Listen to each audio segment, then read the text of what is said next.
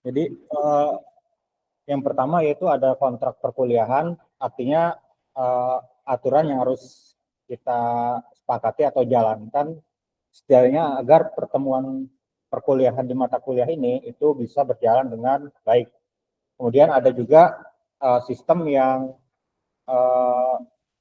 harus digunakan oleh mahasiswa, yaitu yang nantinya sebagai bisa untuk absensi, kemudian mengirim tugas, tugas ujian, kemudian ada melihat rekaman pertemuan sebelum-sebelumnya dan juga materi.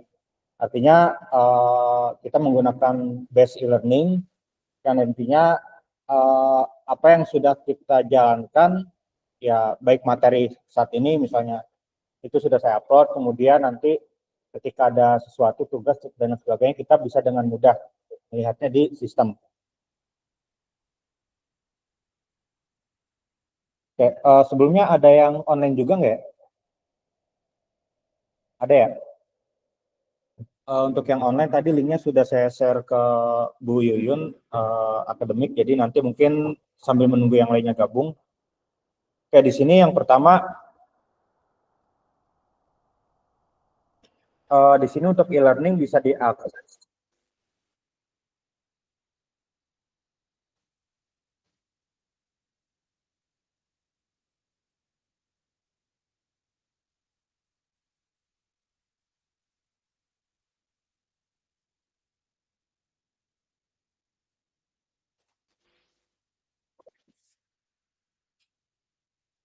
Oke, untuk e-learning bisa diakses pertama melalui kampus ya, yang stti.unisukuma.ac.id, kemudian ke menu siakat. Di menu siakat ini ada e-learning. Nah, di sini ada e-learning, tinggal diklik aja. Nanti di sana ada loginnya, sudah saya buatkan akun juga. Jadi bukan hanya mata kuliah ini, di mata kuliah yang lain juga sama. Nanti akan sudah di secara aturan itu menggunakan e-learning sebagai, jadi enggak hanya pencatatan absensi tugas manual ya atau yang dari kertas, tapi kita juga ada histori secara digitalnya. Oke, di sini untuk login, username dan password menggunakan NIM masing-masing. Jadi nanti silakan dicoba tadi ya ke web kampus, kemudian mensiakat, pilih e-learning. Nanti username password saya set defaultnya username-nya pakai NIM, password-nya pakai NIM. Nanti kalau mau diganti password-nya tinggal di pengaturan aja dicari. Nah, kemudian untuk penggunaan panduan e-learning di sini ada panduan penggunaannya. Tinggal diklik aja linknya. Di sini ada beberapa, ada untuk submit atau upload tugas, kemudian attempt quiz, artinya misalnya itu kuisnya yang biasanya pilihan ganda. Nah, kalau yang atas ini biasanya tugas atau assignment atau nanti bisa UAS UTS, itu yang kita harus mengupload jawaban berupa dalam bentuk file, entah Word, PDF, PPT, atau image. Kemudian ini upload submit tugas. Oh, kalau yang ini tadi berupa file video, bisa rekaman ya kalau kurang lebih. Rekaman, kemudian diupload linknya. Kemudian ini tugas yang tadi file tersebut. Kemudian di sini bisa lihat download materi. Kemudian di sini untuk absensi mahasiswa. Kurang lebih beberapa poin yang paling tidak mahasiswa harus gunakan.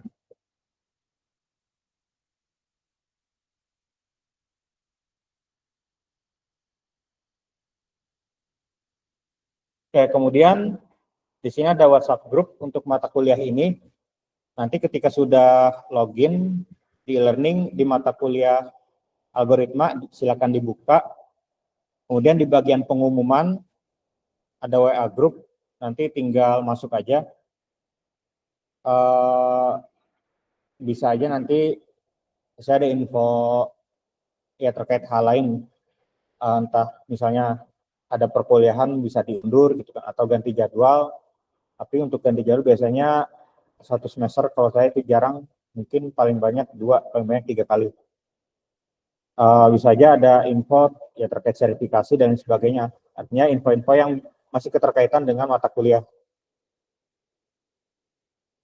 Oke, kemudian pembahasan terkait kontrak perkuliahan. Kayak di sini 3 SKS, algoritma dasar pemrograman. Yang pertama kurang lebih untuk kehadiran ya, yaitu 75% dari total pertemuan agar dapat mengikuti UAS. Nah, jadi kita di sini total kan ada 14 pertemuan. 14 pertemuan, 2-nya itu UTS sama UAS. Jadi otomatis yang 6-nya itu kita tatap muka, seperti ini materi biasa. Jadi tatap muka artinya 12. Nah, 12 75%-nya ya berapa? Nah, itu tinggal dihitung aja. Artinya kalau biasanya itu rata-rata sebelum UTS itu paling enggak ada 6 pertemuan dan yang absen 1 maksimal 2 biasanya. Ya kalau izin mungkin sakit atau apa ya biasanya kan ada surat dokter dan sebagainya, atau kalau yang memang sudah bekerja ya paling enggak ada pemberitahuan. Biasanya kan banyak yang bekerja gitu. Kemudian kedisiplinan setidaknya 20 menit ya. Jadi agar kita bisa memulai dengan sesama ya, kecuali memang ada kendala tertentu ya, dari sebelum mulai perkuliahan saya undur ya, biasanya setengah jam paling lama saya undur gitu. Nah itu nggak masalah.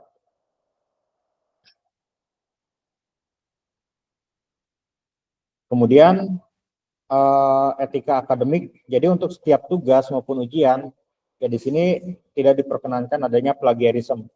Artinya ya punya teman kita ambil. Karena ada beberapa kasus ya tiap semester ada.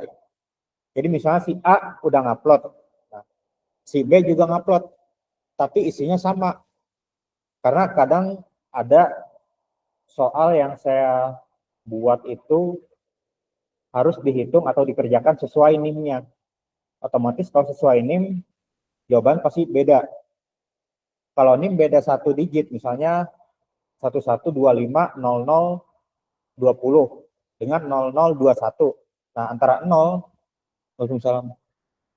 antara 0 dengan 1 itu kan hanya beda 1 digit selisihnya. Nah, nanti hasilnya pasti akan beda lagi gitu kan. Nah, itu ada aja yang memang copy paste benar-benar punya temennya. Hanya ganti covernya aja gitu. Nah, itu kelihatan. Ada juga yang ganti file entah dari database atau dari codingan. Nah, itu juga kelihatan. Artinya secara penilaian tidak maksimal atau ya saya tidak berikan nilai. Terutama untuk UAS UTS ya. Ya, kemudian ya bekerja sama secara tidak sah saat ujian. Ya, ini normal ya di tingkat manapun. Kemudian untuk praktikum atau tugas setidaknya harus diselesaikan atau dikumpulkan sesuai deadline. Jadi selesai tidak selesai harus dikumpulkan sesuai deadline. Misalnya saya ada tugas pertemuan pertama dikumpulkan tanggal 29 September jam 23.59. Dikumpulinya ke e-learning, diupload. Nah, itu kalau lewat tanggal tersebut, artinya udah masuk tanggal 30, tetap bisa ngupload, tapi ada kategori dia telat. Nah, kalau telat ya tentu ada pengurangan nilai. Misalnya dia jawabannya benar semua, udah tinggal dikurang 10%, 15% atau berapa gitu kan. Artinya ada konsekuensi. Kemudian nanti setiap tugas tentu akan menjadi parameter tambahan sebagai kumulatif nilai akhir. Tidak hanya tugas, absensi juga masuk. Jadi untuk kriteria di sini kurang lebih kehadiran dan presensi 10%, untuk nilai akhirnya ya, tugas praktikum 20%, UTS 30%, UAS atau jika ada mini project 40%. Kalau di mata kuliah saya yang biasanya terkait teknis ya, entah itu database, logika, struktur data, bahasa pemrograman, atau project, itu biasanya di UAS itu sifatnya enggak ujian tertulis atau enggak ujian pilihan ganda atau esai. Biasanya ngerjain project kecil, misal 1 minggu saya kasih sudah harus dikerjakan nih projectnya. Itu berarti nanti pas UAS tinggal ngumpulin gitu, atau dipresentasi sekilas gitu. Biasanya kalau yang terkait mata kuliah yang memang harus ada pembuatan program.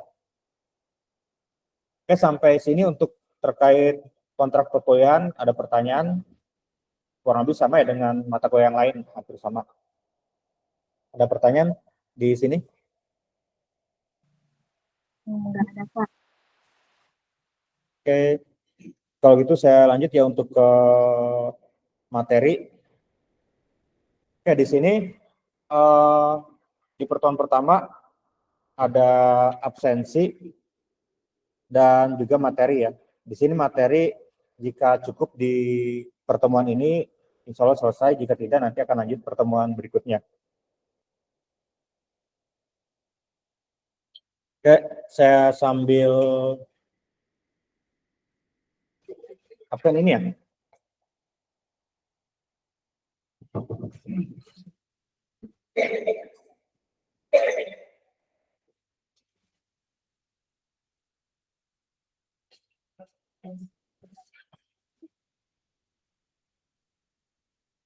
Ya.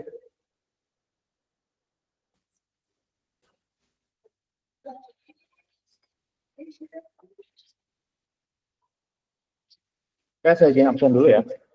Abdul Malik, Acep, Ahmad Syahdan. Kalau yang online nanti kalau ada yang disebut minta tolong hadir ya. Adam Saputra, Adinda, Afna,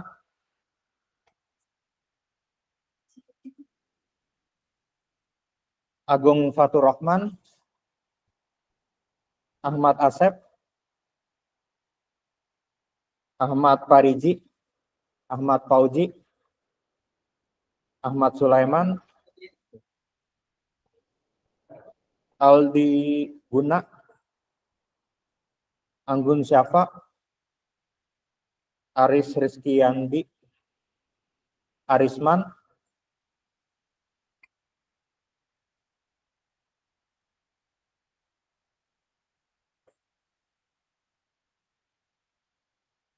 Asep Lutfi, Cunafa, Dede Nurila, Delta Melsandi, Cunafa, oke. Deswita, Devi Kristina, Dinatri, Evi, Felisa, Fikri Rizky, Galuh Ayudia,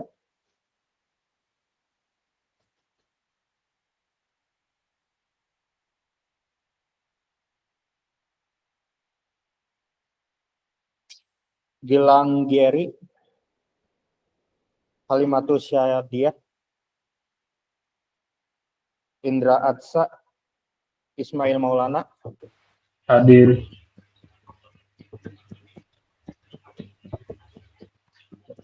Julia Nur Ajijah,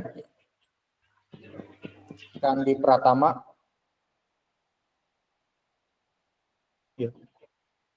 Khalil Zain, Laili, Hadir, Pak. Laili ya, Ya. Lina Dia,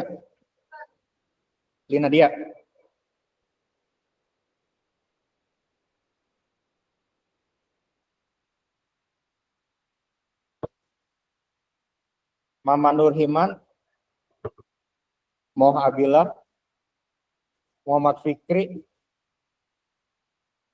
Muhammad Rizky,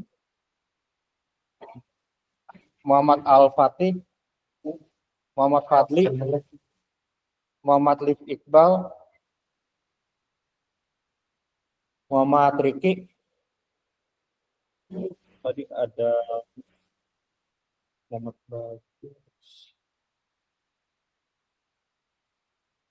Ya, waalaikumsalam. Iya. Muhammad Riki, Muksin Romeo, Nadia Rahmadina, Nawafa, Nazid, Niklan Yusuf, Ninda Aulia, Nyimas Hanidah, Hadir, Pak. Rahmawati, Raza Iksan, Ridho Rahmawati, Rizky Ramadhani, Rudi Hartono, Saidah Ratnasari, Sinta Sari, Siti Mutia, Syahla Azahra, Samsul Muarif, Taufik Rizki, Tina Meira, Hadir, Pak. Tino Novansyah, Zahra Aulia, ada.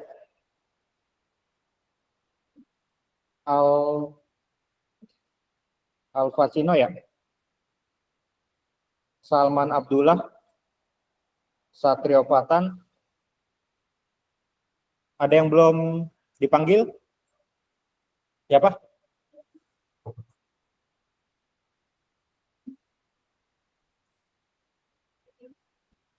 Pak, belum, Pak. Tadi siapa, maaf? Zalfa. Mahmud.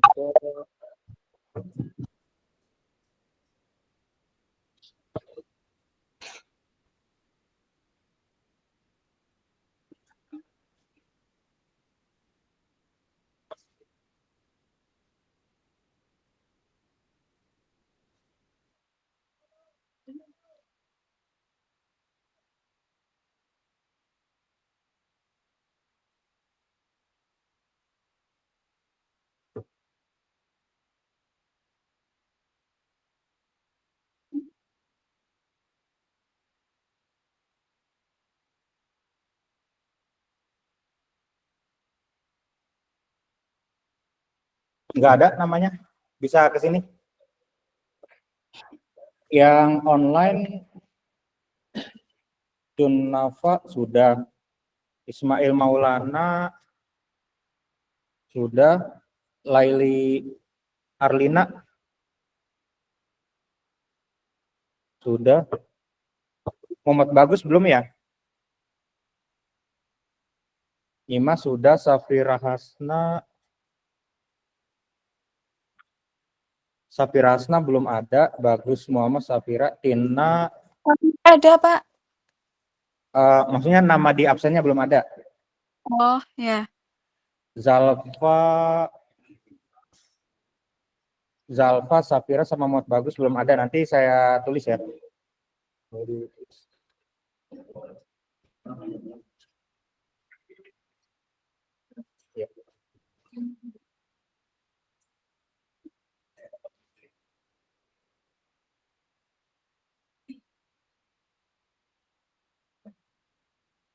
Ya, masih.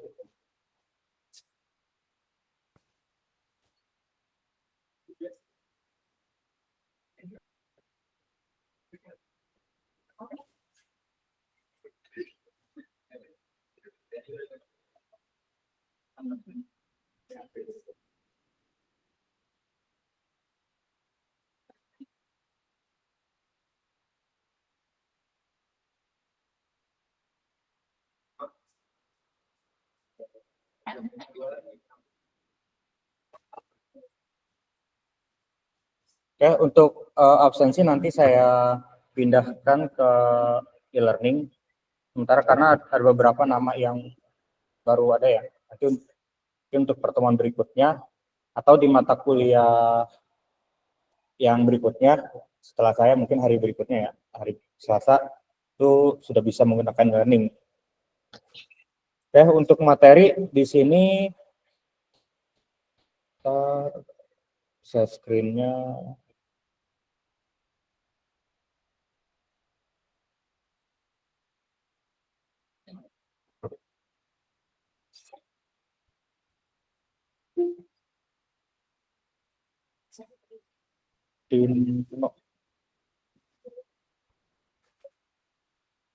Oke, di sini untuk materi yang di pertemuan pertama itu ada terkait pembahasan mengenai algoritma, kemudian pseudocode, dan juga terkait dengan flowchart.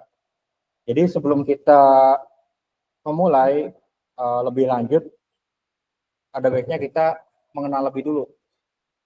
Jadi di mata kuliah ini enggak hanya terkait kita belajar algoritma atau mulai logika dasar terkait pemrograman, kita juga harus mengenal logika secara terstruktur atau alur yang paling mudah terlebih dahulu.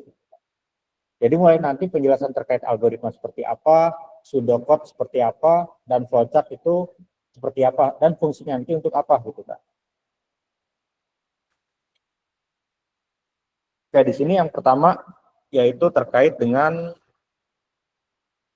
algoritma.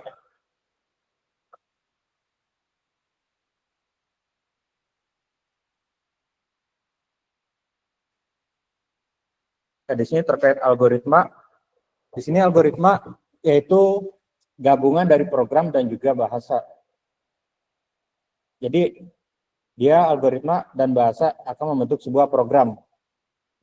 Di sini bahasa itu bisa banyak. Kita enggak harus selalu terkait bahasa yang ada di IT gitu kan. Terkadang bahasa sehari-hari bisa juga menjadi sebuah program.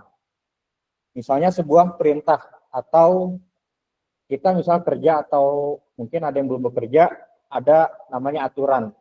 Nah, aturan itu sebenarnya termasuk ke dalam algoritma. Misalnya ketika kalian daftar ke STTI, itu kan alurnya udah tahu ya, misal daftar misal di website PMB, itu ngisi apa aja, ada bikin akun enggak gitu kan, dan lain sebagainya, sampai ada pengecekan dokumen dan finalisasi sampai diterima. Nah, itu termasuk ada algoritmanya, ada decision-nya. Ya bahasanya itu bisa bahasa manusia. Ya misalnya si A buka website PMB STI, kemudian dia register akun, kemudian mengisi data kelengkapan sampai lengkap. Nah, baru nanti akan di follow up sama tim kemahasiswaan atau tim yang menerima mahasiswa baru atau yang mengolah data mahasiswa baru. Nah, sampai akhirnya setelah di follow up dari calon mahasiswanya itu ada dia keterkaitan apakah dia memilih ya atau tidak setelah di follow up ya. Ya kalau ya dia lanjut sampai berkas, nanti apakah dia ikut beasiswa atau reguler gitu kan. Sampai nanti ya ada bagian pembayaran dan sebagainya. Kalau tidak ya udah berarti selesai. Nah, itu termasuk sebuah program penerimaan mahasiswa baru gitu kan. Artinya dari bahasa alamiah atau bahasa manusia bisa jadi sebuah program. Jadi kalau di sini kan program itu ya kita lihat dia yang bisa dieksekusi oleh komputer. Tapi ya sebenarnya enggak hanya komputer, kita sehari-hari aja bisa gitu kan. Contohnya misalnya naik motor. Naik motor tentu ada logikanya, ada algoritmanya. Nah, algoritmanya apa? Ngambil kunci gitu kan.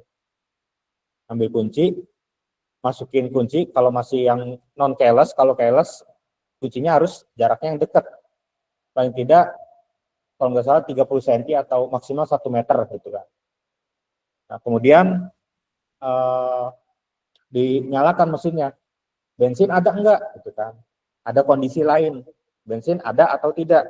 Kalau tidak ya dia dorong ke tempat pengisian bensin yang dekat gitu kan. Kalau ada ya udah lanjut dinyalain, jalan motornya gitu kan. Ya kurang lebih seperti itu. Jadi di kehidupan kita sehari-hari tentu di sini seperti program lah. Jadi dari teman-teman mahasiswa ya ke sini naik motor, mungkin ada yang naik Gojek. Naik Gojek ngapain dulu? Buka HP, buka aplikasi. Kemudian setelah buka aplikasi, ya pilih jenis kendaraan sampai masukin titik lokasi jemput dan antar. Nah itu ya suatu adanya bahasa dan juga algoritma sampai ke program. Jadi sebuah sistematis tahapan. Kemudian selanjutnya di sini terkait sejarah algoritma itu berasal dari nama penulis di buku Arab yaitu Abu Ja'far Muhammad Ibnu Musa al-Khawarizmi. Jadi bisa dibilang algoritma itu penemunya atau yang menginisiasi itu dari negara-negara Arab. Ya, bahkan mungkin kalau kalian pernah dengar terkait selain algoritma yang masih di matematika saya lupa itu. Jadi penemunya itu sampai sekarang jadi suatu yang memang tidak hanya di matematika, tapi di dunia kedokteran dan lain sebagainya itu saling keterkaitan. Kemudian sama orang Barat, ya Eropa atau Amerika, al-Khawarizmi dibaca menjadi algoritma. Ya jadi ya seperti misalnya kalau kita ada dari bahasa Arab, ya kalau di bahasa Indonesia ya mungkin bukan artinya tapi aliasnya itu seperti apa, sehingga secara mudah dibaca secara bahasa mereka itu memang masih masuk. Kemudian algoritma juga mempunyai arti proses menghitung dengan angka Arab. Jadi algoritma dia menulis buku dengan kitab Al-Jabar. Ya, jadi selain algoritma yang menjadi algoritma ya, asal muasalnya juga dari Al-Jabar. Jadi di matematika kan ada ya terkait Al-Jabar juga. Nah di sini Al-Jabar enggak hanya di matematika, tapi di IT, di dunia kedokteran, di dunia bidang yang lain itu punya keterkaitan. Kemudian juga algoritma menjadi algoritma. Jadi algoritma menjadi algoritma karena algoritma sering dikelirukan dengan aritmetik. Tetap sama-sama terkait logik ataupun matematika, tapi tentu secara arti dia memiliki arti yang beda.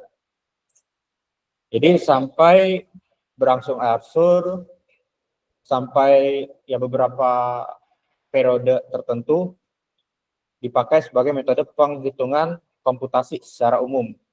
Artinya mulai digunakan secara sudah fix ya, digunakan untuk komputer. Dan algoritma di bahasa Indonesia menjadi algoritma. Kemudian secara definisi algoritma itu untuk kita dapat menyelesaikan langkah-langkah yang sistematis dari sebuah masalah. Jadi di mana ada masalah itu kalau kita menggunakan algoritma tentu bisa menyelesaikan. Jadi enggak hanya misalnya ada masalah misalnya laptopnya blue screen gitu kan. Nah blue screen, nah ini sebuah masalah, tapi secara algoritmanya itu tentu ada tahapan-tahapan atau prosedur yang bisa memperbaiki hal itu. Jadi enggak hanya kita, jadi tidak hanya ada masalah, kemudian kita ya udah masalahnya ini tidak sesuai prosedur, tapi ya udah kita cari yang gampangnya aja. Nah, itu enggak seperti itu. Jadi tetap ada tahapan prosesnya berjalan. Kemudian juga secara logis kita bisa mengambil sebuah keputusan dengan algoritma ini. Kemudian contoh algoritma di sini itu ada Yang pertama membuat telur mata sapi. Kedua merakit komputer. Yang ketiga kegiatan sehari-hari. Nah di sini itu ada 3 jenis juga ya. Ini prosesnya ada 3, tapi algoritmanya ada 3 bentuk, ada 3 jenis. Yang pertama resep, yang kedua panduan, yang ketiga jadwal. Nah kalau resep bikin telur mata sapi apa dulu? Ya secara umum apa nih? Misalnya kita udah di dapur, masukin, artinya di dapur peralatan lengkap, bahan-bahan ada gitu loh. Jadi tahap kita beli telurnya itu kita skip dulu gitu kan. Nah di sini masukin minyak ke dalam wajan, kemudian panaskan. Artinya kompor masih mati nih. Kompor masih dalam keadaan mati, kita mau bikin telur mata sapi, diambil wajan, minyak tuang, kemudian nyalain kompor. Kemudian setelah cukup panas, kita masukin telur ke dalam wajan dan kita tunggu sampai matang. Nah, artinya di sini ada proses. Nggak mungkin beli telur mentah, kita pengen bikin telur mata sapi dalam bentuk masih bulat atau udah matang direbus. Biasa kan kalau udah matang direbus ya. Bikin telur mata sapi kalau yang direbus kan nggak bisa gitu kan. Artinya dari yang mentah. Artinya tahapan ini ya memang dari telur mentah gitu kan. Kemudian untuk yang sebuah panduan. Nah, di sini sambungkan kabel SATA, artinya dari sebuah harddisk biasanya ya. Kabel SATA dari harddisk ke motherboard. Nah, ini salah satu panduan. Nah, sebenarnya merakit komputer bisa banyak, nggak hanya kabel SATA aja. Ya, bisa kabel power, kemudian untuk grafik, kemudian untuk antara monitor dengan CPU, kemudian antara input-outputnya, keyboard, mouse, sound, sama speaker, atau printer, nah itu juga termasuk ini salah satunya. Kemudian ada kegiatan sehari-hari yang terjadwal secara algoritma. Ya ini kalau yang rajin, itu biasanya misal pukul 6 mandi pagi, pukul 7 berangkat. Ya udah setiap hari selalu seperti ini. Ya kalau libur mungkin dia istirahat gitu kan, berarti sudah terjadwal. Kalau libur ya dia istirahat lebih lama.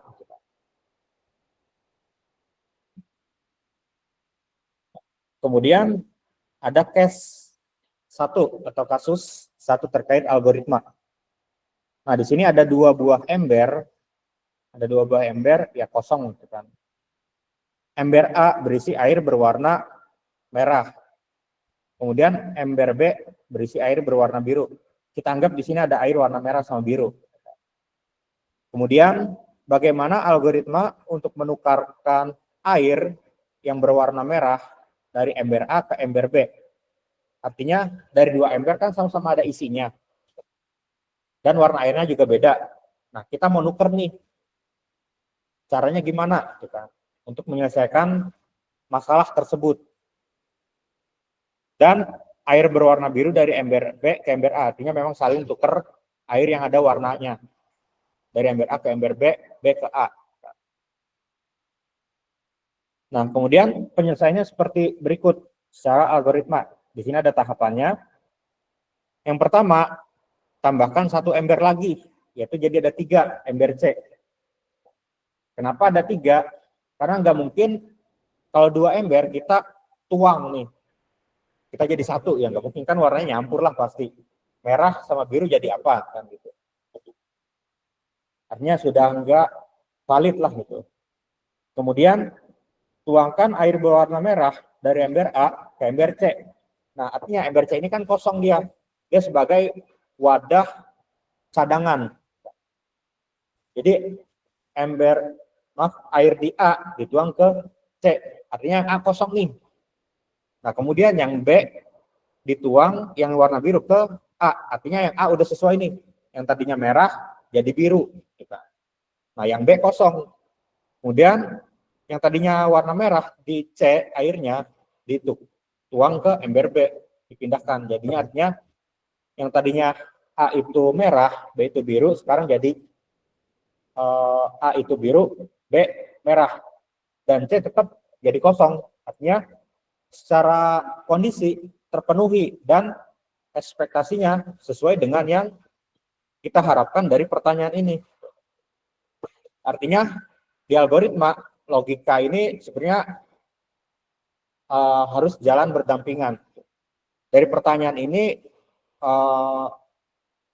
ya sebenarnya kalau kita tidak menggunakan logika ya nggak akan bisa gitu kan. Udah airnya beda warna, embernya cuma 2, mau dipindahin satu sama lain pakai apa gitu kan? Mau pakai gayung atau gelas yang kecil, tapi mindahinnya kemana gitu kan? Ya otomatis kita ada opsional kondisi tambahan. Dan di pemrograman juga itu bisa banyak opsi, banyak kondisi. Sehingga memang akan dapat menyelesaikan masalah-masalah. Kemudian hasilnya, jadi akan ada 3 buah ember.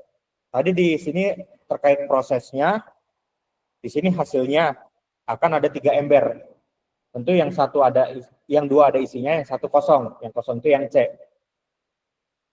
Jadi ini A-nya kosong, kalau ember C-nya diisi air warna merah, karena ada proses penuangan dari A ke C tadi. Dan seterusnya, sampai A dan B saling bertukar air yang berwarna.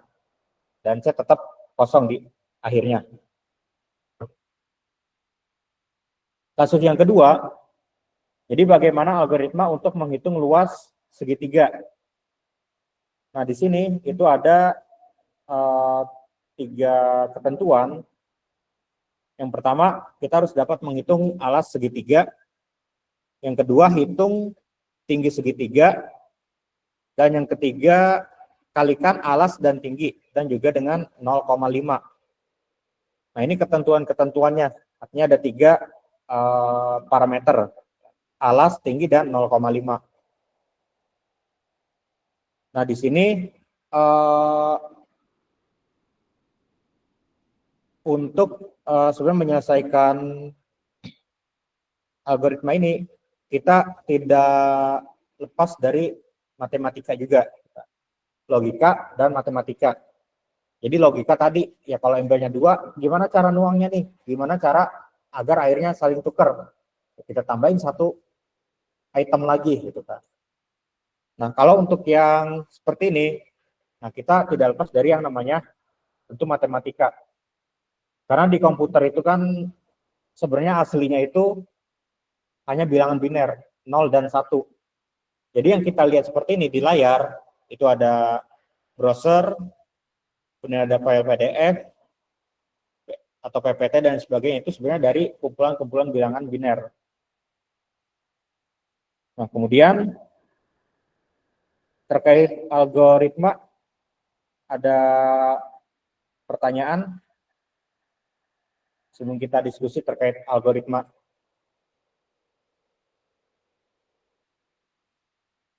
Oke, cukup jelas?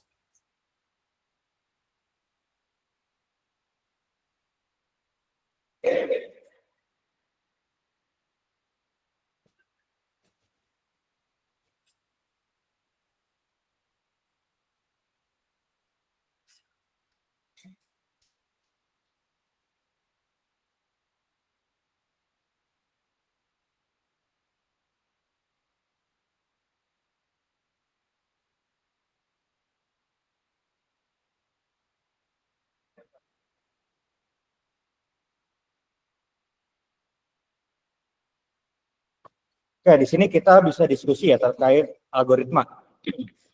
Ya, jadi kita ya ada ya diskusi lah gitu. Kita, bukan soal, bukan tugas, ya, kita diskusi aja. Jadi di sini ada sebuah gambar. Di gambar ini ada sungai, orang mau nyebrang. Nah, kita baca narasinya.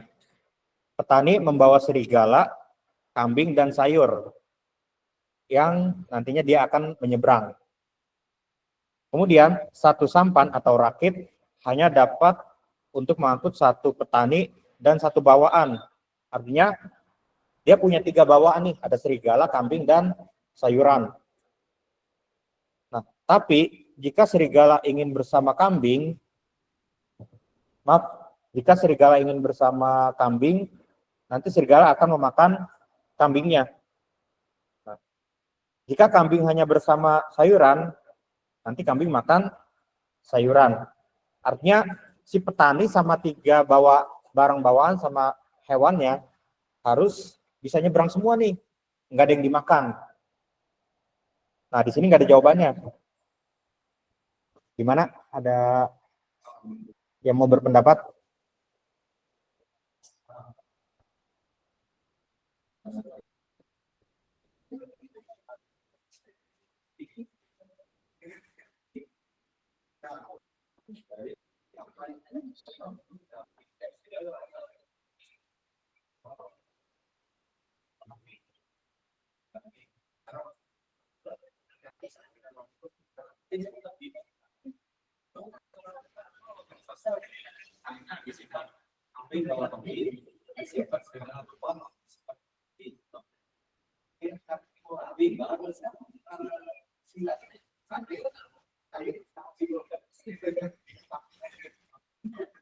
Oke, ada yang mau jawab? Gak apa-apa.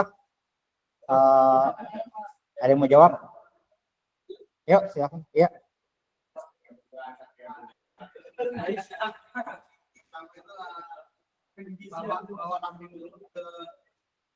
Bawa kambing, ya. Ya. Bawa serigala ke seberang. Kambingnya dimakan dong. Dibawa lagi. Oke. Jadi di seberang tinggal. Jadi ketika bawa kambing lagi di seberang tinggal serigala. Oke, aman ya. Oke, terus. Ya. Ya. Oke. Ya, jadi sudah tepat ya. Jadi tadi yang disampaikan itu sama rekan kalian sudah tepat. Jadi mau logika atau flow-nya gimana pun, yang penting hasil akhirnya nggak ada yang dimakan nih, salah satu bawaannya. Dan mereka semua bisa nyebrang dengan aman. Jadi tadi ya bawa kambing, terus balik lagi. Terus bawa serigala, kambingnya dibawa balik. Artinya serigala ditinggal nih. Nah, terus bawa sayuran, kambing ditinggal di tempat awal. Nah, terus ya balik lagi, tinggal bawa kambing. Itu bisa. Jadi mau gimana pun, ya bisa aja bawa serigala dulu, ya terus balik lagi, ya bawa kambing, ya nanti serigala dibawa balik lagi. Terus bawa sayuran, terakhir bisa bawa balik lagi bawa serigala. Itu juga bisa kayak gitu. Jadi bisa banyak kemungkinan. Ya mau sayuran dulu bisa gitu kan. Mau kambing dulu bisa, mau serigala dulu bisa. Artinya kan di sana hanya bisa muat satu petani dan satu barang bawaan. Gimana caranya kita berpikir secara logika itu bisa keseberang semua gitu kan. Ya makanya di sini algoritma itu memang benar-benar ditekankan terkait ya penalaran logika. Ya tentu terkait matematikanya juga ada ya. Jadi ya kita secara dasar membangun nih, membangun atau membangkitkan logika kita. Karena di pemrograman tentu nggak hanya hal seperti ini, bahkan ketika misalnya nanti dari kalian ada yang bekerja jadi developer atau programmer aplikasi bisnis lah gitu untuk mengembangkan sebuah bisnis atau website. Itu kan tentu dari sebuah masalah. Dari sebuah masalah, perusahaan ini pengen bikin website apa? Penjualan. Nah, kalian gimana caranya bikin website itu? Ya, kalau misalnya stoknya kosong, nggak mungkin kan bisa dijual. Itu harus ada barang masuk dulu, gitu kan.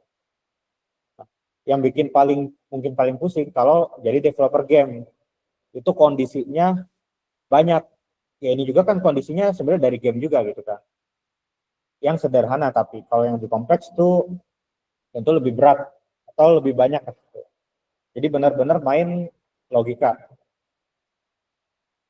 Jadi tadi jawabannya sudah tepat. Ya tadi kambing, serigala, sayuran. Kalau yang versi saya serigala, kambing, sayuran. Jadi sebenarnya tinggal gimana cara kita menyikapinya.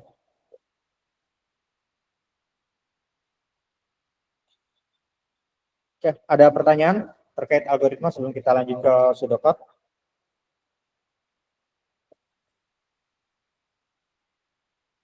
Ya.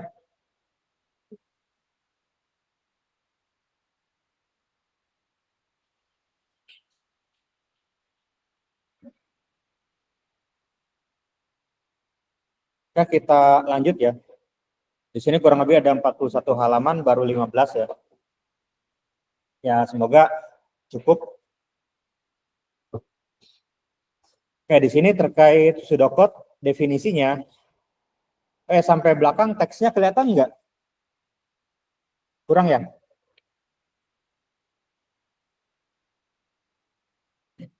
Oke, segini kelihatan?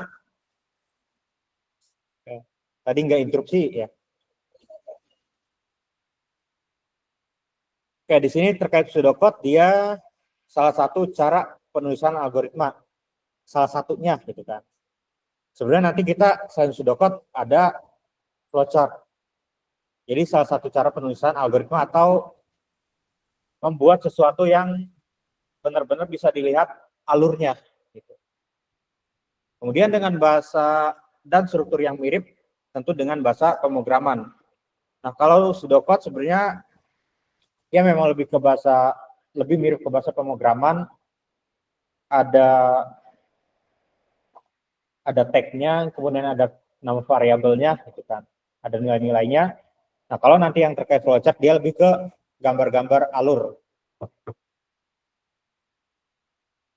Kemudian bagian dari pseudocode di sini ada deklarasi program, kamus, dan deskripsi algoritma. Jadi ada 3 item atau 3 bagian yang harus kita ketahui.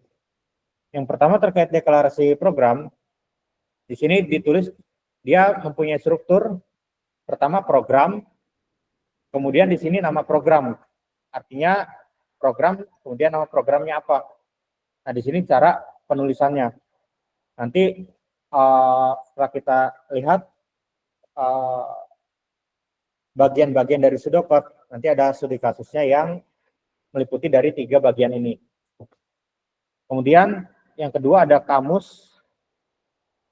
Di sini kamus sebagai deklarasi variabel yang akan digunakan di dalam program. Yang formatnya yaitu nama variabel, kemudian tipe data. Misalnya nama variabelnya nomor. Tipe data kalau nomor biasanya angka gitu kan. Ya pasti tipe datanya biasanya kalau di pemrograman itu integer. Bisa integer, bisa float. Tapi kalau nomornya itu seperti nomor surat, dia ada karakter hurufnya, nanti tipe datanya harus string, enggak integer. Kalau integer memang hanya angka aja. Kemudian yang ketiga, deskripsi algoritma. Di sini mendeskripsikan jalannya algoritma yang dibuat.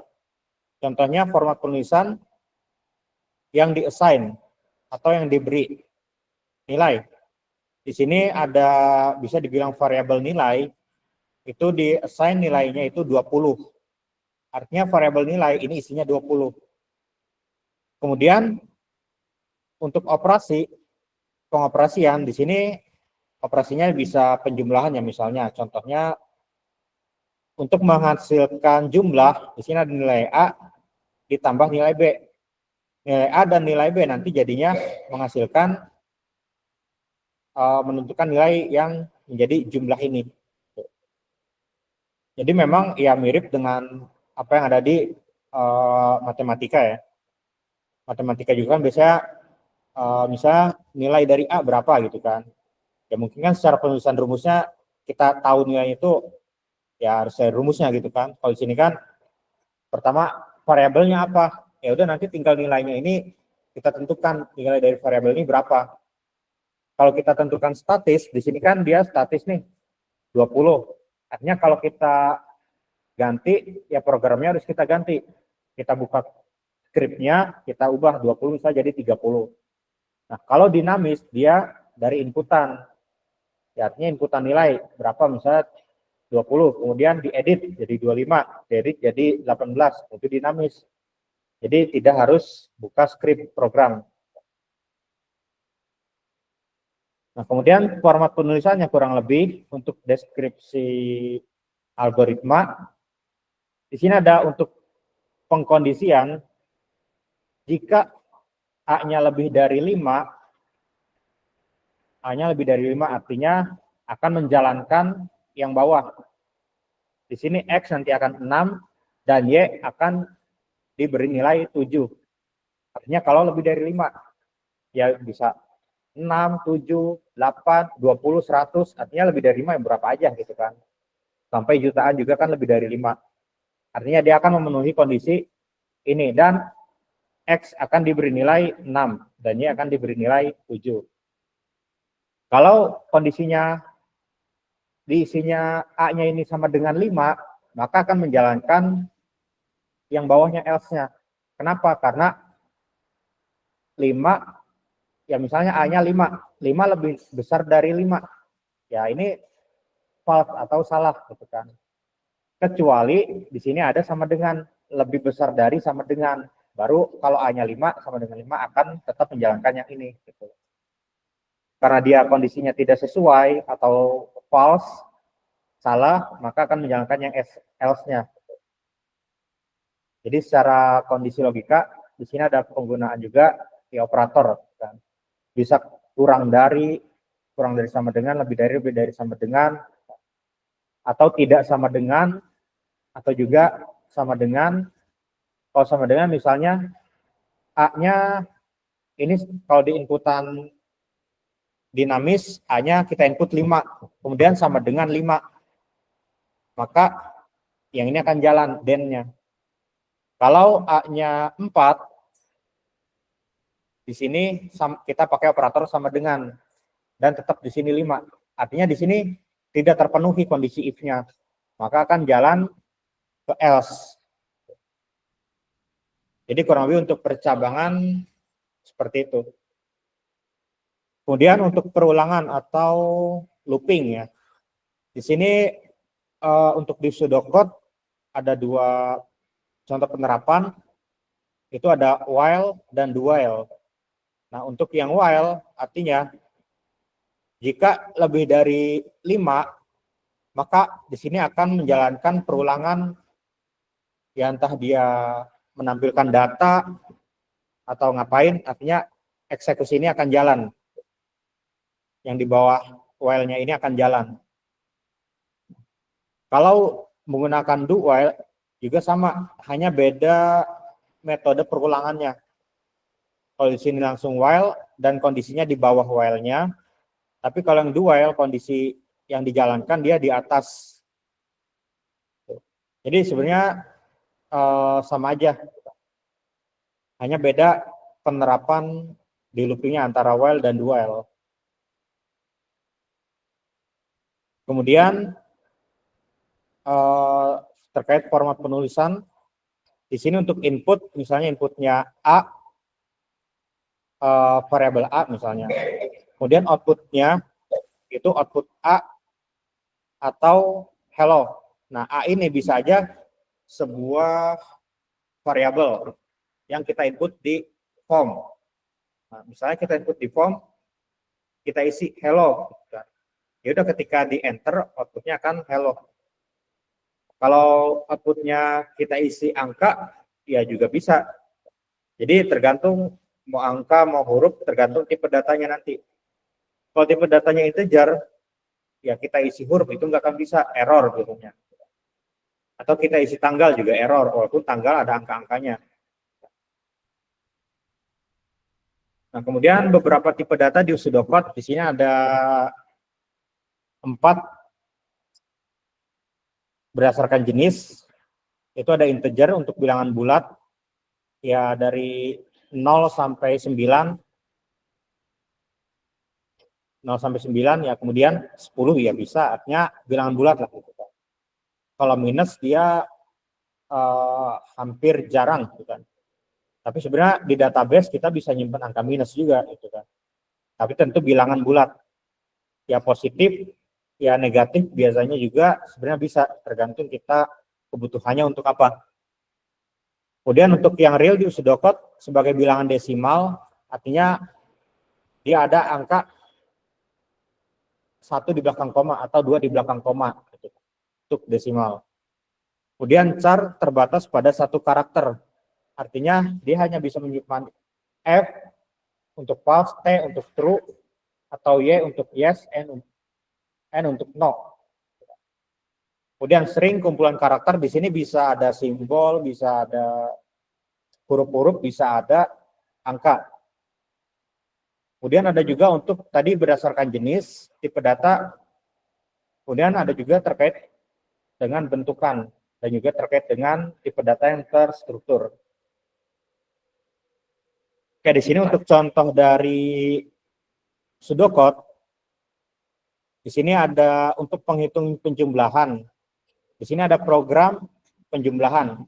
Nah, tadi kan ada di awal ada nama program dan di sini nama kalau nggak salah variabel atau apa ya, saya lupa, program dan atau nama fungsi atau nama variabel ya salah satunya, penjumlahan.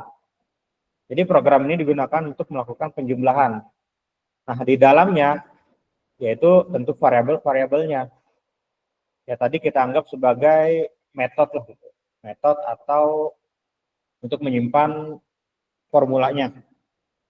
Nah, secara kamus di sini ada 3. Pertama, A dan B untuk nilai integer dan hasil untuk nilai integer, artinya dia sebagai nama variabelnya. Nah, tadi penjumlahan bisa juga sebagai nama fungsinya atau nama metode dari sebuah program pseudocode. Dan dia sama-sama integer. Kalau hasilnya di sini tipenya string, ketika kita lakukan operator baik itu penjumlahan, perkalian, di sini biasanya error gitu kan, karena nggak sesuai dengan tipe datanya. Atau salah satunya A-nya integer, B-nya string, ya otomatis kita lakukan penjumlahan juga nggak bisa. Oke, di sini untuk deskripsinya A kita beri nilai 10, kemudian di sini 10-nya statis ya, artinya dia sudah fix, nggak berubah-berubah. Nah, kemudian untuk yang inputan B, di sini nilainya bisa berubah. Misalnya 2, 3, 12, 20, atau 10 itu bisa bebas karena tidak didefinisi, artinya dinamis. Nah, kemudian untuk mendapatkan hasil, outputnya dari variabel hasil, yaitu A ditambah B, artinya 10 ditambah B-nya ini berapa. Ya kalau di matematika, nilai B berapa? Gitu kan. Kita harus mencari nilai B. Nah, kalau di pemrograman, nilai B ini kalau tidak didefinisi berarti dia dinamis. Bisa dari hasil inputan yang lain atau yang sudah dikomputasi atau yang sudah diolah, atau bisa juga dari inputan yang kita input langsung di aplikasi. Oke, terkait pseudocode ada pertanyaan?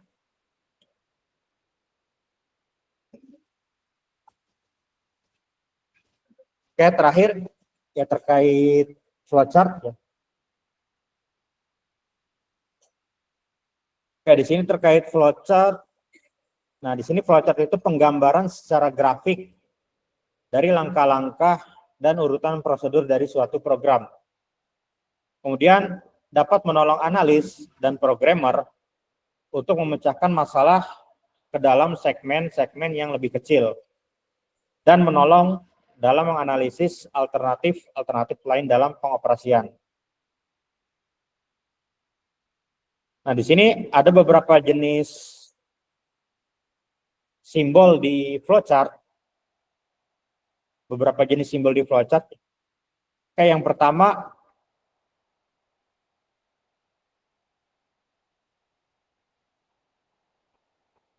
ada simbol oval. Nah, di sini oval atau kalau di flowchart ini biasanya disebut terminator.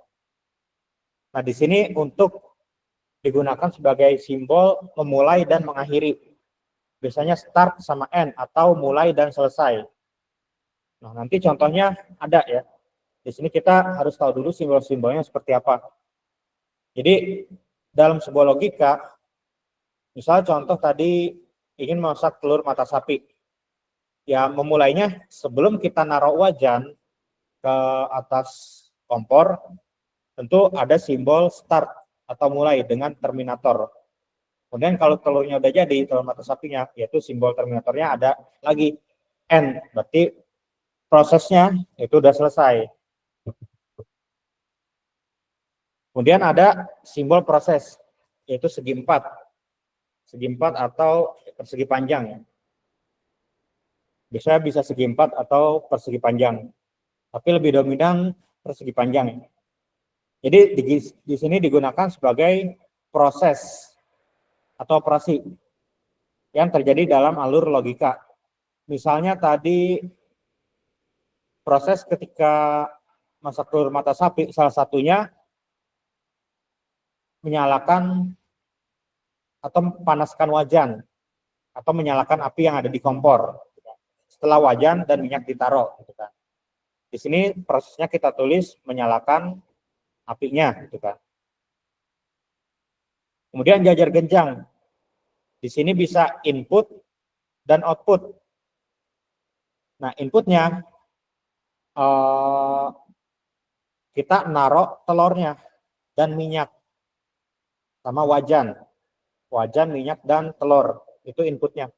Outputnya jadilah telur mata sapi. Jadi untuk input dan output pakai simbol yang sama. Kemudian ada belah ketupat atau decision. Di sini untuk sebuah penentuan kondisi. Jadi misalnya kalau telur mata sapinya gosong, tentu kita harus tetap ngangkat naruh ke piring. Nah, kondisinya kita tambahin kondisi. Apakah mau kita makan, apa kita buang? Kalau gosong nih, di sini decision ada keputusan. Kalau mau kita makan gosong, ya udah lanjut selesai. Kalau mau kita buang, kita harus masak lagi gitu. Artinya ada true false. Kalau true-nya baik gosong ya udah kita makan selesai. Kalau false-nya artinya kondisi yang salahnya, ya udah kita buang telurnya, kemudian ulangi prosesnya di awal. Mungkin minyaknya habis karena sedikit kita tuang, jadi tuang minyak lagi, manasin wajan lagi, kemudian pecahin telurnya lagi sampai selesai. Kemudian lingkaran kecil atau konektor di sini untuk menghubungkan alur logika yang terlalu panjang. Jadi misalnya di satu halaman kertas, ini, kalau flowchart-nya terlalu panjang, mungkin sampai segini. Kalau kita padetin, ini akan lebih jadi kecil. Mungkin bisa. Tapi kalau dibaca, kalau terlalu kecil, itu nggak enak. Nah, itu bisa kita ada simbol lingkaran. Jadi di sini misalnya lingkaran A, kemudian di halaman kertas selanjutnya lingkaran di atasnya A juga, karena sama-sama A menentukan dia sambungan dari A yang lain. Gitu. Prosesnya karena beda kertas gitu. Nah, kalau bisa sampai 3 halaman, berarti simbol lingkaran lagi untuk konektornya, yang keduanya B. Kemudian yang di halaman ketiga juga yang atasnya B. Jadi AB. Nah, ada juga sebenarnya simbol satu lagi, kalau dia bukan beda halaman ya, tapi masih di satu halaman yang sama, dia seperti segi 4 ya, seperti persegi, tapi bawahnya enggak lurus, enggak datar, tapi seperti segitiga terbalik. Saya lupa nama simbolnya apa, tapi biasanya kadang ada digunakan. Kalau yang ini off, kalau nggak salah yang lingkaran ini off, yang itu on kalau nggak salah. Kalau off ini artinya beda halaman, kalau on biasanya masih di satu halaman yang sama. Kita break aja sebentar dulu ya.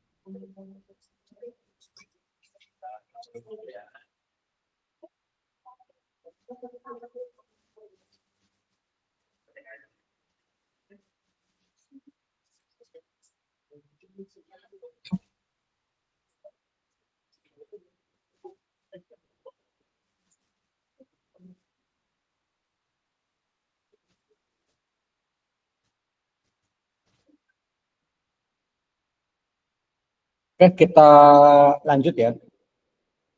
Oke, kemudian ada yang keenam itu simbol segi 6 atau preparation. Di sini untuk penggambaran proses inisialisasi. Artinya proses awal proses, kalau tadi kan ada yang persegi ya, atau persegi panjang itu benar-benar simbol yang hanya proses. Nah, kalau ini inisialisasi artinya proses apa yang mau dikerjakan gitu kan. Ya intro lah gitu kan, sebagai intro. Jadi kalau yang persegi panjang secara proses di flowchart kalau memang cukup kompleks itu banyak simbol itu muncul. Nah, kalau yang preparation mungkin hanya beberapa kali. Terkadang bisa enggak muncul karena langsung dilakukan di proses yang pakai simbol persegi panjang. Kemudian ada predefined proses. Nah, di sini untuk digunakan sebagai pemanggilan proses yang telah didefinisikan, yaitu fungsi atau prosedurnya. Artinya di sini bisa juga ada method function yang sudah didefinisi. Nanti dipanggil. Jadi kita hanya manggil metodenya. Ya misalnya ada metode atau function atau prosedur untuk login. Ya udah tinggal dipanggil loginnya. Berarti nanti pakai simbol yang seperti ini. Dia persegi panjang, tapi di sisi kiri kanannya ada garis yang memotong. Jadi ada seperti ada 3 bagian. Nah, di sini untuk case yang pertama yaitu untuk menghitung luas lingkaran. Nah, di sini kita harus ngerjain. Nanti bentuk flowchart-nya seperti apa? Pertama, tahap pengerjaannya. Nah, di sini ada urutan 1 sampai 4, artinya sebagai flow prosesnya. Pertama, berikan nilai PHI-nya yaitu 3,14. Kemudian nilai jari-jarinya kita berikan nilainya. Kemudian untuk menghitung luasnya, yaitu menggunakan rumus luas sama dengan PHI dikali jari-jari kali jari-jari. Contohnya seperti ini ya. Ya ini contoh, sebenarnya bisa ya kita apa aja, yang penting ada penggambaran prosesnya. Di sini ada inisialisasi nilai-nilainya atau sebuah input. Nah ini kita anggap sebagai proses yang nomor 3. Nomor 4 ini outputnya atau hasilnya. Nanti hasil perhitungan luas ini apa? Nah, maka bentuk flowchartnya bagaimana? Kayak di sini bentuk flowchartnya. Tadi di sini ada simbol terminator. Ini ada start dan end. Artinya start sebelum mulai dan end nanti ya udah selesai. Berarti hasilnya atau secara tahapan ini udah terpenuhi. Ya, entah itu mau gagal atau berhasil, artinya dia selesai lah gitu. Yang pertama di sini penginisialisasi proses ya. Artinya PHI dia udah ada nilainya. Artinya 314. Nah ini yang tadi sebenarnya sama dengan proses ini, tapi dia sudah kita inisialisasi atau udah ada tentuan nilainya. Nah, yang kita input itu yang menggunakan simbol jajar genjang ya. Yang inputan nilai jari-jarinya. Ini kan belum ketahuan nih nilainya berapa si jari-jari. Setelah PHI-nya sudah ada nilainya, jari-jari sudah kita input nilainya, kemudian kita proses, yaitu luas PHI kali jari-jari kali jari-jari. Nah ini berapa nanti hasilnya? Yang akan menghasilkan output luas. Nah ini proses dari yang ada 4 tahapan ini. Nah 4 tahapan ini nanti akan menjadi flowchart seperti ini. Kemudian untuk kasus yang kedua, yaitu mengecek bilangan bulat. Di sini ada 3 tahapan. Yang pertama, berikan bilangan yang ingin dicek. Nah, bilangan yang ingin dicek, artinya kita akan input nih. Artinya bilangannya belum ketahuan nih, bilangannya berapa. Angkanya belum ketahuan berapa. Kemudian, jika bilangan tersebut lebih dari 0, maka dia bilangan bulat positif. Kalau kurang dari 0, bilangan bulat negatif.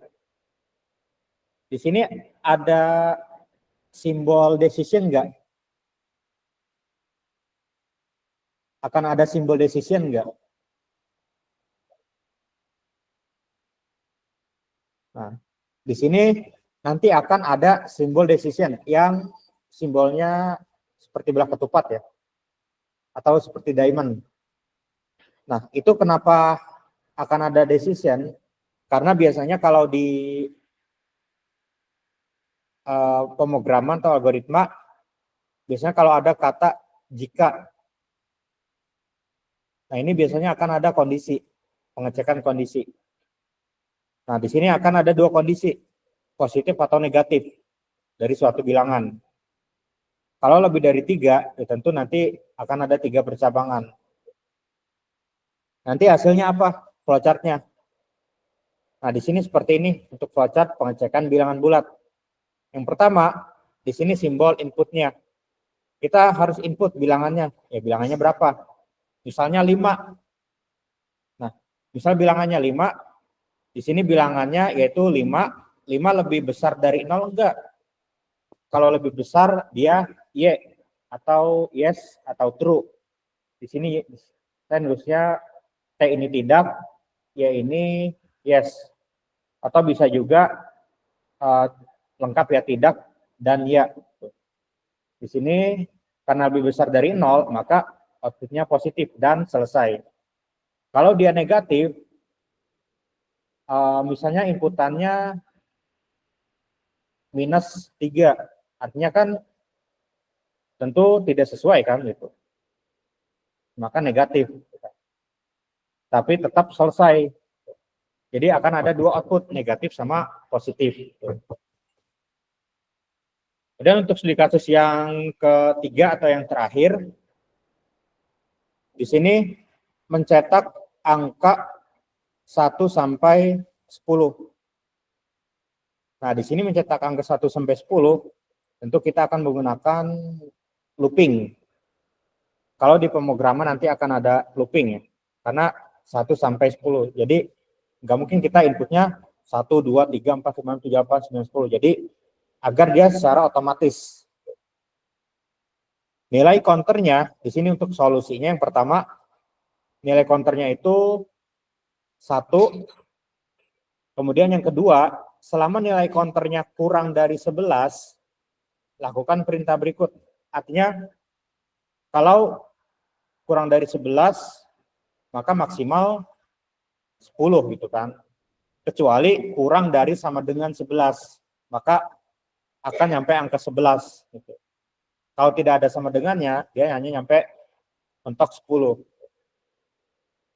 Yang pertama, di sini kalau nilainya 1, kita mulai. Pertama cetak nilai counter, dan di sini increment artinya dia berurutan. Mulai dari 1, 2, 3, dan seterusnya. Ya, nyetaknya gimana? Di sini ada kondisi if dan perulangan. Jika 1 kurang dari 11, print. Kemudian 2 kurang dari 11, print. 3 kurang dari 11, print. Sampai 10 kurang dari 11, print. Atau dicetak karena dia masih kondisinya benar. Nah, kalau kondisinya sampai 11 kurang dari 11, nah itu sudah kondisinya tidak sesuai, itu tidak benar. Maka program selesai. Maka untuk bentuk flowchart-nya seperti ini. Oke, di sini ada start atau counter, artinya sebuah nilai pertama ya. Di sini nilai pertama ini 1. Kita inisialisasikan 1.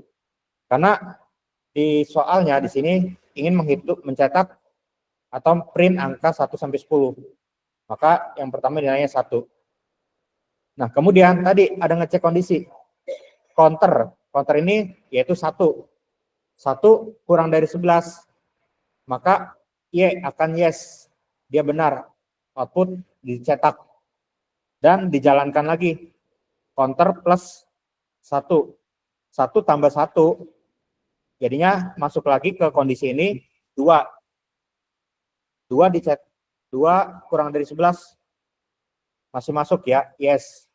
Terus sampai dia counternya misalnya 9 ditambah 1, 10. 10 masih masuk, yes. Cetak lagi. 10 plus 1, 11.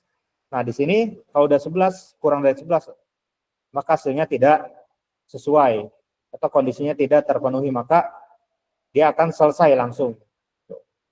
Jadi untuk kondisinya, loopingnya dan ada kondisi if-nya seperti ini. Ya sama seperti tadi, kita bikin telur mata sapi. Kalau gosong, mau kita makan apa enggak? Kalau mau kita makan, langsung selesai. Kalau enggak mau kita makan, tapi kita lapar, ya udah buang, goreng lagi. Kalau gosong, ya udah buang, goreng lagi. Kecuali, ya udah karena telurnya udah habis, nggak ada lagi, ya udah kita makan aja gitu kan. Tuh, kurang lebih seperti itu. Oke, untuk terkait flowchart ada pertanyaan?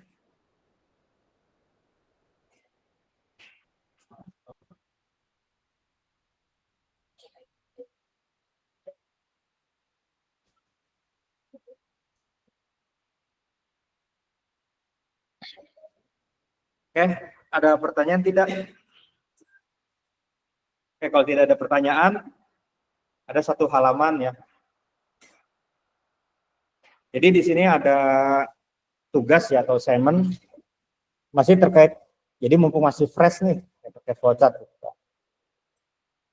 Jadi mahasiswa diberikan tugas yang pertama untuk membuat flowchart ada masalah berikut. Mencetak semua bilangan ganjil antara 1 sampai 100. Jadi 1 sampai 100 bilangan ganjil. Artinya outputnya nanti 1, 3, 5, 7, 9, 11, sampai berarti 99. Gitu kan. Kalau udah lebih dari 100, maka selesai programnya. Jadi di sini kalian belum bikin sebuah belum ada script kode gitu kan, belum bikin pakai bahasa pemrograman, tapi ya seperti ini analoginya gitu kan. Kalimatnya ya dibuat aja seperti ini. Ya kalau dia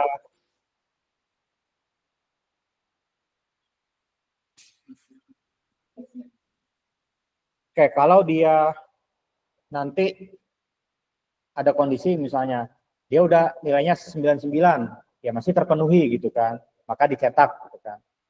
Kemudian berarti satu apa nih plus 2 gitu kan. Kemudian 1 plus 2 3. Kemudian 2 plus 2 emang 3 plus 2 5.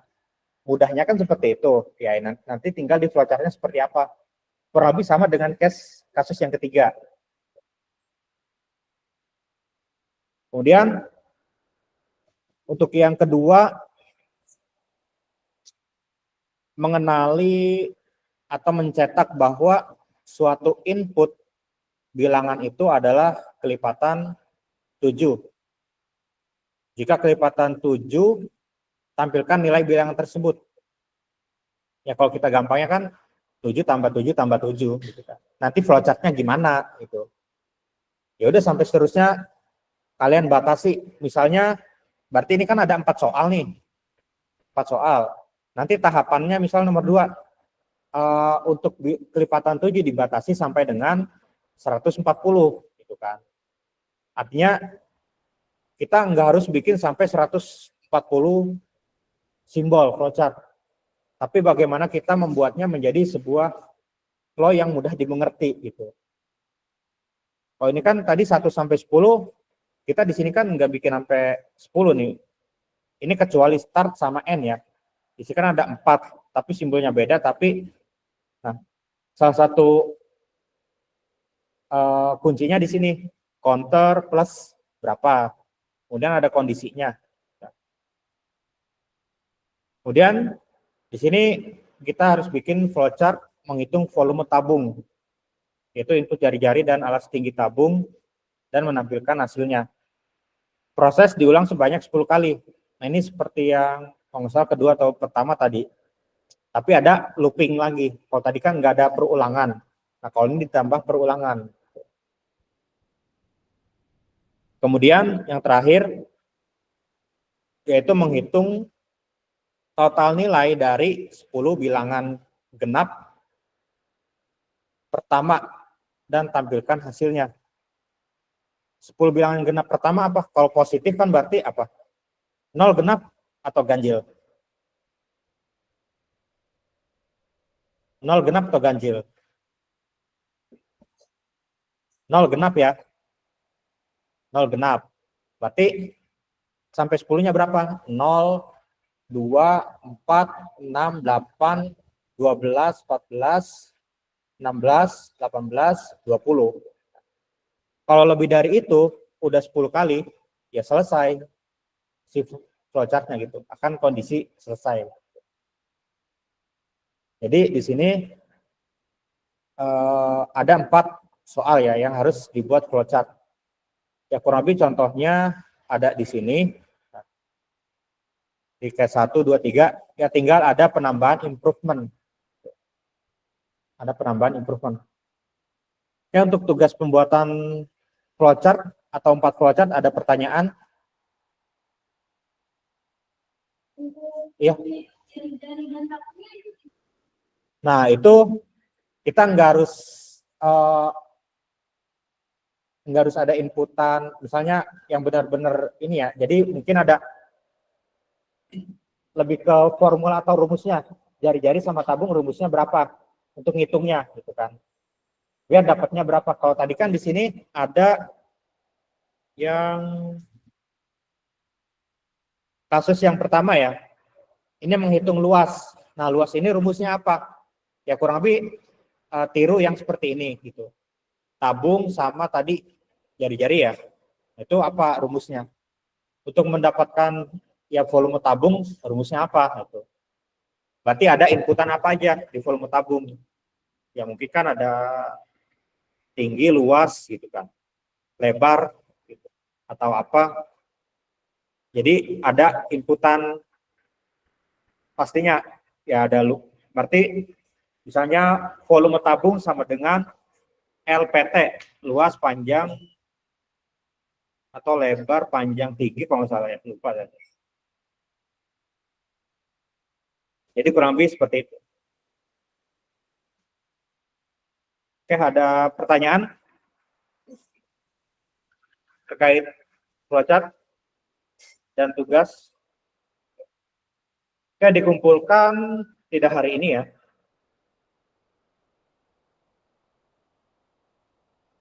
Sebentar.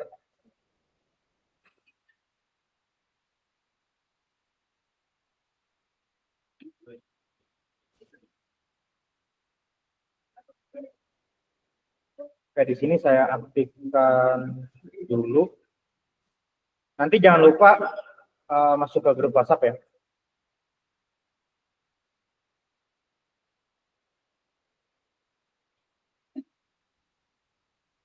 Nanti untuk absensi saya input yang ada di sini karena ada beberapa mungkin yang tambahan yang belum di-update datanya. Oke, untuk tugas nanti setelah login, oke di sini saya keluar, saya mau masuk sebagai mahasiswa deh. Misalnya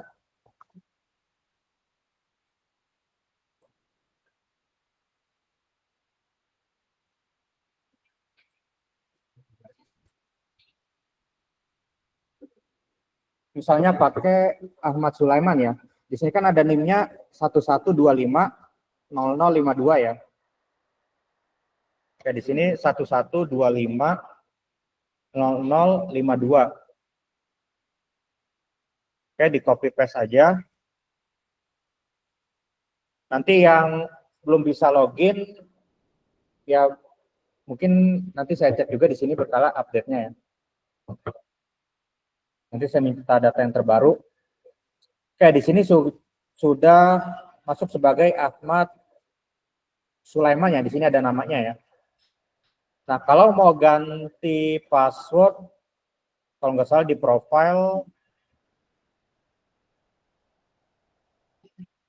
oh, bukan di profile, di sini bagian preference kalau nggak salah. Di bagian preference, di sini bisa edit profile sama change password. Nah, kemudian untuk mata kuliahnya, di sini bisa ke navigasinya, my course. Di sini ada algoritma, bahasa Inggris, manajemen, ada 9 mata kuliah. Nanti buka yang algoritma.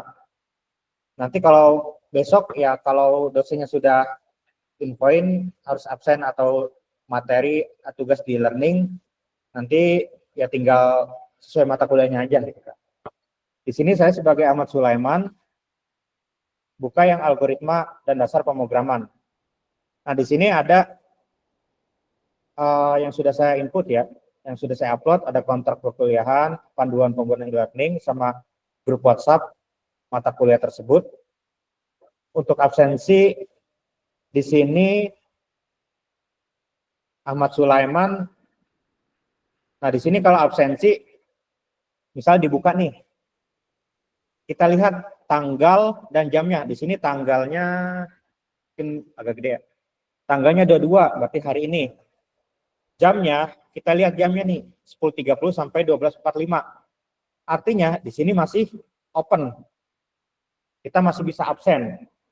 Oke, berhubung di sini Ahmad Sulaiman hadir, di sini saya input submit attendance. Nanti di sini submit attendance. Nah, di sini ada penggunaan password, bisa juga nanti kalau dosen lain, kalau setting tidak ada password, bisa langsung klik hadir. Nah, kalau klik hadir, di sini misal save change. Nah, berarti kalau yang saya ada settingan passwordnya. Passwordnya, kalau nggak salah, algoritma 2025, hadir. kemudian save change. Nah, artinya di sini dia sudah statusnya hadir. Nah, ini absensi berhasil di e-learning. Nanti yang di sini datanya saya pindahkan ke sini. Di sini sebagai contohnya aja. Kemudian materi. Nah, di sini ada materi, bisa dilihat di view. Kalau PDF bisa langsung view di web. Kalau biasanya PPT atau Word, itu nanti akan otomatis ke download. Nah, kemudian tugas di sini sudah dibuka hari ini untuk dikumpulkan sampai due date-nya tanggal 29 September jam 11.59 PM atau sebelum tanggal 30. Nah, di sini cara ngumpulinya gimana? Di sini buka tugasnya. Nah, di sini ada due date-nya. Kalau ada deskripsi, baca dulu. Silakan kerjakan tugas ke-1 dengan soal pertanyaan terlampir pada file atau gambar berikut. Batas waktu pengumpulan sampai dengan 29 September 2025 jam terlampir ya. Nah, kalau lewat waktu tersebut, kalian tetap bisa ngupload, tapi nanti trigger-nya, submission statusnya biasanya merah. Karena telat. Ya. Tapi bisa ngupload, itu nggak apa-apa. Tapi telat. Ya. Nah, di sini gambar terlampir dibuka, karena gambar biasanya dia akan ke download ya. Nah, di sini yang tadi, nanti bisa dilihat lagi tugasnya. Nah, kemudian cara ngumpulinya gimana? Di sini ada tombol add submission yang warna biru ya. Ini kalau pakai bahasa Inggris. Kalau pakai bahasa Indonesia nanti mungkin beda lagi ya. Di sini add submission. Kalau udah jadi ya, sudah selesai tugasnya. Di sini dari kalian bisa langsung upload. Nah, di sini ada ketentuan maksimal filenya hanya 1 yang bisa diupload. Dan size-nya hanya 2 MB. Kecuali memang upload kode program yang mungkin itu bisa di atas 10 MB ya. Itu nanti settingannya dari dosennya juga yang nentuin. Nah, di sini default-nya seperti ini. Nanti upload aja di sini. Tinggal diklik drag and drop atau langsung di attach ke sana, drag and drop, atau di sini di file picker, di sini pilih yang upload a file. Upload a file, kemudian attachment. Nah, di sini nanti tinggal pilih filenya. Kemudian baru klik upload this file. Nah, di sini tipenya yang diterima hanya PDF. Kalau yang bukan PDF, tadi kan filenya ada JPEG, kelihatan. Tapi kalau udah mulai kita attach, itu biasanya error. Ya, kalau berarti tipenya nggak sesuai. Nah, kalau sudah, nanti tinggal di save change. Nanti akan di sini statusnya berubah. Time remain-nya nanti dia ngumpulinya kapan gitu kan, ada tanggalnya. Kemudian ada submission filenya juga nanti akan ada di, kalau nggak salah, di bagian kolom yang masih di sini ya, filenya akan ada. Nah, misal waktu pengumpulan masih ada batas waktu sebelum selesai, tapi kita ada salah nih, dokumennya ada yang salah, mau kita update, ya udah tinggal kalau nggak salah ada di bagian update-nya, ya nanti dicoba aja, saya lupa, tapi bisa diupdate selama masih dibuka ya. Bisa diupdate, edit ya, edit file, nanti file yang lama dihapus, karena kan hanya maksimal 1. Jadi file lama dihapus, baru upload yang baru, kemudian di-save lagi. Jadi kurang lebih untuk absen sama upload tugas seperti berikut.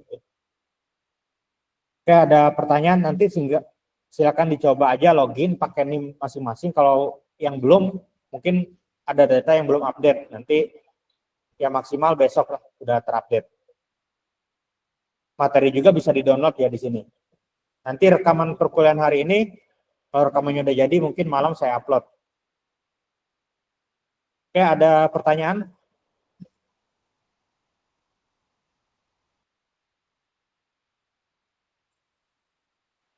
Nggak ada, Pak.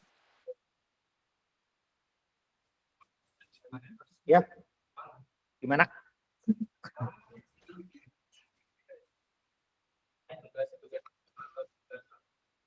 Gimana? Oh ya, untuk tugasnya dibikin di komputer karena kan filenya PDF ya. Di Word. Di Word itu bentar. Kalau di Word dia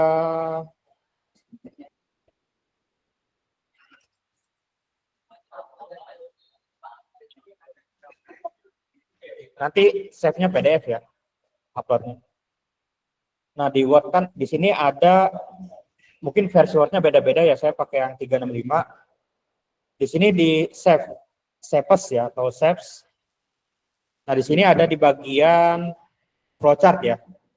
Nah flowchart di sini ada terminator, ada decision, ada proses, ada preparation. Ini sudah cukup lengkap. Nah, kalau mau garis-garisnya misalnya di sini terminator ya. Start. Kita edit. Add text.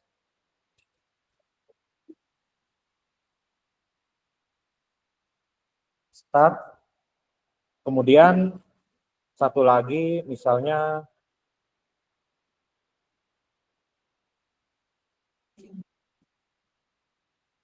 proses.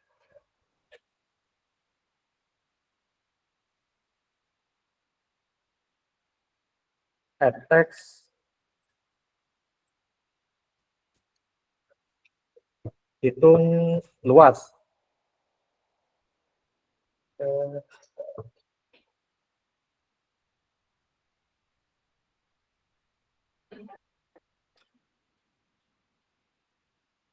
Aris Rizkyandi.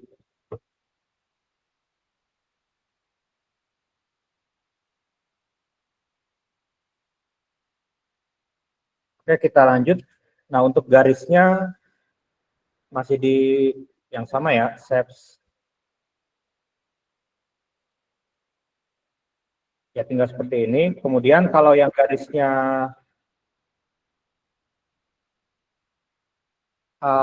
dia bisa balik ya kayak yang tadi di gambar itu kan dari bawah ke atas lagi ya. Itu di shapes-nya pilih yang tadi kan panahnya yang lurus. Nah, ini panahnya yang L-brow, row connector ya. Yang dia agak bengkok-bengkok. Contohnya di sini saya dari bawah. Kalau di sini agak di Word agak susah ya. Saya bikinnya di PPT yang tadi. Oke, kalau ini dia tadi di PPT bisa balik lagi. Nah, atau kalau pengen lebih mudah,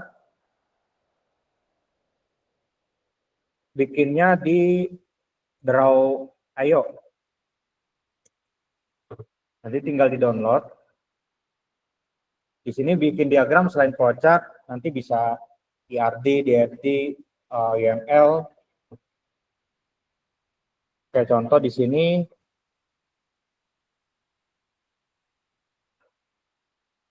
kayak di sini contohnya udah ada misalnya ya. Mungkin tinggal tombol startnya yang belum. Kayak kita masih ada waktu.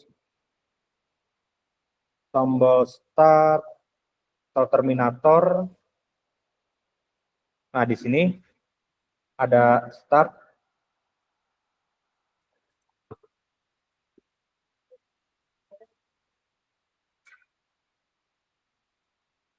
Nah, kalau ini lebih enak. Panah. Nah, di sini kita arahkan. Nanti sebenarnya ada panah sekitarnya yang kelihatan agak tipis warnanya. Ini pakai aplikasi Draw.io. Kita tarik, tempelin. Nah, ini lebih mudah. Nah, kalau mau copy paste, kita blok. Di sini copy as image. Kita klik kanan, copy as image. Jadi jangan copy biasa. Kayak contohnya misalnya saya copy biasa Ctrl C. Saya mau masukin ke Word. Nah, dia jadinya kayak gini. Kayak ini kalau digedein apa ya? Dia 1 size-nya. Oke. Nah, kalau kayak gini ya kalau copy biasa ya. Nah, kalau sudah di blok, kita klik kanan, copy as image. Nah, karena copy-nya sebagai image, bukan kode lah gitu kan. Jadinya kayak gini. Di sini kita nggak bisa ngedit, ya cuma mungkin ngecilin, gedein bisa ya. Sama kayak gambar yang kita tes insert di Word. Ngeditnya dari sini kalau ada perubahan, ya kita copy lagi, copy as image gitu. Nah, kemudian nanti misalnya di sini di bagian kiri flowchart nggak ada nih, belum ada. Kita bisa more steps. More steps. Nanti di sini pilih di checklist aja, kemudian apply. Kalau belum ada, tapi biasanya flowchart default ada sih. Jadi kurang lebih yang biasanya saya bikin diagram flowchart atau diagram lain di Droyo. Dia free kok, gratis. Dia juga ada versi online-nya, tapi harus di Google Chrome. Kalau di Firefox dia nggak kompatibel. Kalau mau yang online, nanti filenya akan kesimpan di Google Drive.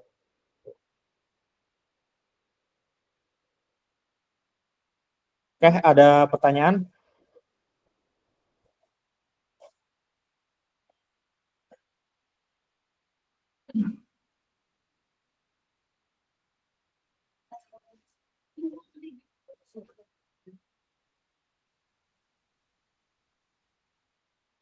Oke, jika tidak ada pertanyaan,